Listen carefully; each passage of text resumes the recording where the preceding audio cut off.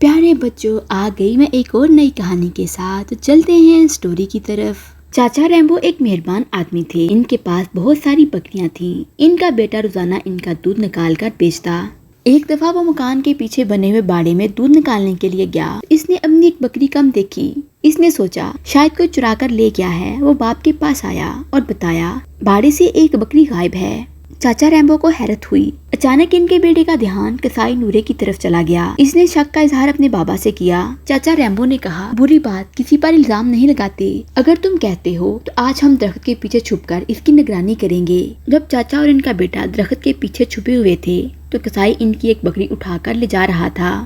چاچا کو اپنی آنکھوں پر یقین نہ آیا. انہوں نے نورے کو آواز دے کر روکا اور پوچھا ایسی کیا بات ہو گئی ہے، تم چوری کرنے لگے؟ نورے نے کہا چاچا مجھے معاف کر دیں. جانوروں میں بیماری پھیلنے سے میرا کاروبار نہیں چل رہا. میری ماں گھر پر بیمار پڑی ہے. نورا روتے ہوئے بولا. چاچے نے نورے کے آنسو صاف کیے اور کہا اگر تمہاری ماں بیمار تھی تو تم مجھ سے کہتے. تمہیں چوری کرنے کی کیا ضرورت تھی؟ اب تمہاری سزا ہے کہ تم صبح سے شام تک میرے بیٹے کے ساتھ بکریاں چرایا کرو گے اور اس کے بدلے میں تمہاری ماں کا علاج کرواؤں گا اور کھانا بھی دوں گا.